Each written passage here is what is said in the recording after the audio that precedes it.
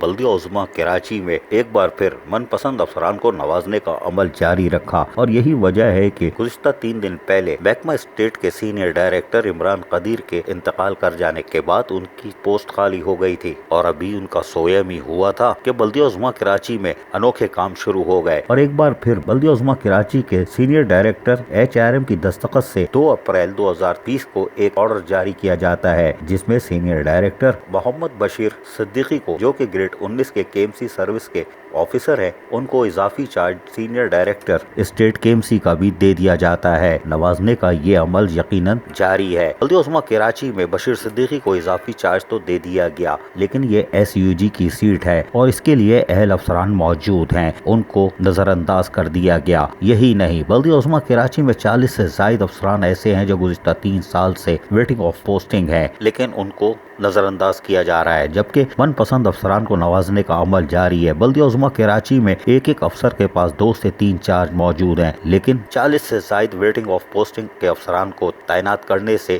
Mayor Karachi یا محکمہ HRM کیوں گریز کر رہا ہے، یہ وجہ سمجھ میں نہیں آئی، لیکن کوئی جاننے کی کوشش بھی نہیں کر رہا۔ لیکن بلدیہ عظمیٰ کراچی نے یقیناً ایک اور انوکھا کام کر دیا اور گریڈ 19 کے KMC کے آفیسر کو SUG کی سیٹ پر اضافی چارج محکمہ اسٹیٹ کا بھی دے دیا، اور آج کے دور میں یہ کوئی انہونی نہیں، ایسا ہونے کی امید بھی تھی۔ عزیز عارف، KBS بلدیاتی نیوز کراچی۔